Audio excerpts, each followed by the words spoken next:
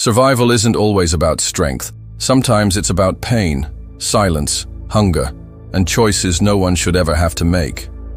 Out in the wild, in the heart of a crashing ocean, buried in snow or trapped beneath rubble, when nature or fate turns hostile, some people do the impossible. They live.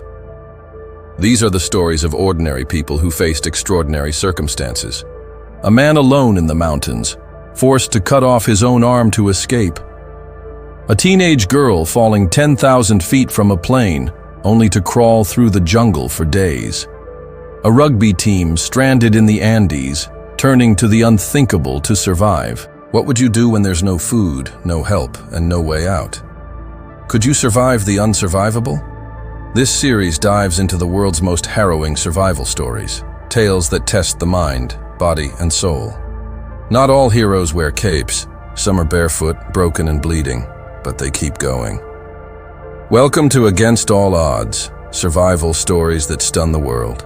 The harrowing tale of Julianne Kupsky, the girl who fell from the sky, 1971. On Christmas Eve 1971, 17-year-old Julianne Kupsky boarded Lanza Flight 508 with her mother, flying over the Peruvian rainforest. Suddenly, the plane was struck by lightning and broke apart mid-air. Julianne fell over 10,000 feet while still strapped to her seat. Miraculously, she survived the fall with a broken collarbone, a gash in her arm, and a swollen eye. Alone, injured, and wearing only a sleeveless dress and one shoe, she found herself deep in the Amazon jungle. Julianne had no food and only a small bag of candy. Drawing on survival lessons her scientist parents had taught her, she followed a stream, knowing it would lead to civilization.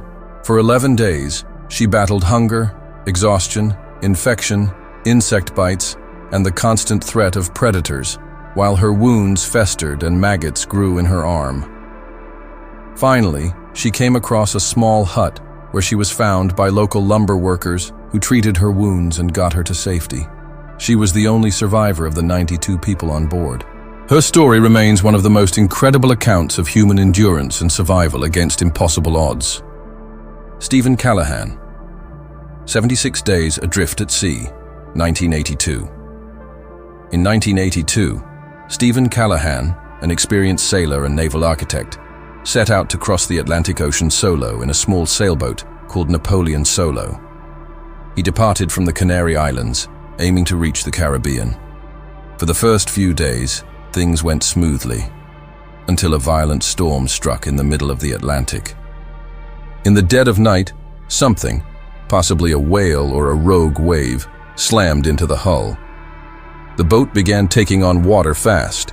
With no time to salvage much, Stephen barely escaped into a 6-foot rubber life raft, grabbing emergency gear, a spear gun, a solar still, and a bag of supplies. Then, the vast, terrifying silence of the open ocean closed in. He had no radio, no sails, no control of his course, and no hope of being found quickly. Over the next 76 days, Callahan drifted more than 2,800 miles across the Atlantic, completely alone. Sharks circled his raft daily. The blistering sun dehydrated him, and salt sores covered his body. His only food came from the sea. He survived by catching fish and birds with a makeshift spear and collecting small amounts of rainwater using a solar still. Some days he'd go without food. Other days, he'd have to fight off sharks trying to bite through the raft or wrestle seabirds barehanded to survive. The raft itself slowly began falling apart. At one point, a school of dorado fish, mahi-mahi, followed him, and he came to depend on them for food. He began referring to them like companions. Mental isolation hit hard. He had no idea how long he could hold out, but his engineering knowledge, survival instincts, and sheer willpower kept him going. Finally, after 76 days adrift, a group of fishermen spotted him near the island of Marie-Galante, near Guadeloupe. Emaciated, burned, and weighing 100 pounds, he had survived one of the longest solo driftings in recorded history. Stephen Callahan later wrote the bestseller Adrift, 76 Days Lost at Sea, a haunting, powerful account of a man who battled starvation, madness, and the vast emptiness of the ocean, and won. Hugh Glass, mauled by a bear and left for dead, 1823. In 1823, Hugh Glass, a frontiersman and fur trapper, joined a rugged expedition to explore the uncharted wilderness of the American West. The group of men, part of a fur trading company, ventured deep into the harsh and unforgiving Missouri River territory, facing freezing temperatures, hostile terrain, and threats from native tribes. But none of it could compare to what Glass would soon endure. While scouting ahead near the Grand River in what is now South Dakota, Glass accidentally disturbed a mother grizzly bear and her 2 cubs. The massive bear charged and savagely mauled him, ripping chunks of flesh from his back, tearing his scalp, breaking his leg and shredding his throat. Glass managed to kill the bear with help from other trappers, but he was left horribly mangled, barely clinging to life. His companions were sure he wouldn't survive. The expedition couldn't afford to carry him through the wilderness, so the captain offered extra pay to 2 volunteers, John Fitzgerald and a young man named Jim Bridger, to stay behind with him until he died, then bury him. But after just a few days, Fitzgerald and Bridger panicked, fearing native attacks. They abandoned Glass, still alive, in a shallow grave, taking his rifle, knife, and supplies with them. Hugh Glass refused to die. Alone, unarmed, and severely wounded, Glass crawled for weeks through 200 miles of wilderness to reach the nearest outpost. He survived on roots, berries, and carcasses left by wolves. At one point, he allowed maggots to eat the rotting flesh from his back to prevent infection. He set his broken leg himself, used bark and animal hide to bind wounds, and dragged himself inch by inch over rugged land, through freezing rivers and mountains, driven only by rage and the will to survive. After nearly 6 weeks, Glass reached Fort Kiowa, collapsing at the gates.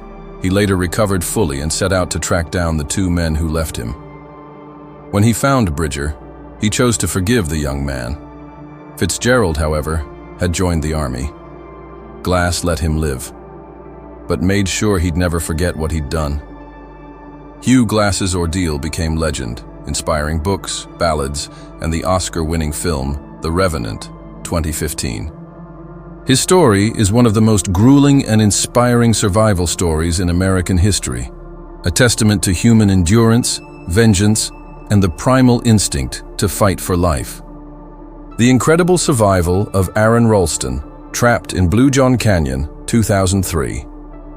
On April 26, 2003, 27-year-old Aron Ralston, an experienced outdoorsman and mechanical engineer, set out alone to explore Blue John Canyon, a remote and narrow slot canyon in Utah's Canyonlands National Park. He told no one where he was going. Aron was no amateur. He had climbed dozens of 14,000-foot peaks in Colorado, loved going solo, and felt confident in his ability to handle the desert terrain. Equipped with a backpack, climbing rope, some snacks, a bottle of water, a video camera, and a cheap multi-tool, he began descending into the twisting, narrow sandstone canyons. But that day would change everything.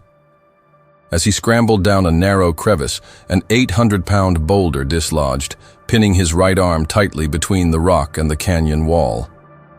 In an instant, Aron found himself trapped, completely alone, 100 feet below the desert surface, with no way to contact help.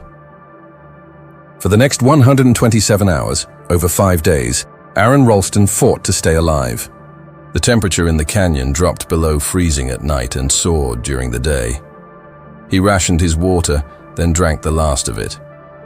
When it was gone, he resorted to drinking his own urine. He tried everything to escape.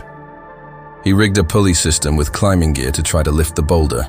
He chiseled at the rock with his dull pocket knife, but it barely made a scratch. The boulder wasn't budging. He was running out of options and time. By the 3rd day, he began filming goodbye messages to his family on his video camera, convinced he would die in that canyon. He hallucinated, dreamed of escaping, and had visions of a small boy, possibly his future child, standing with him. That vision would later give him the strength he needed.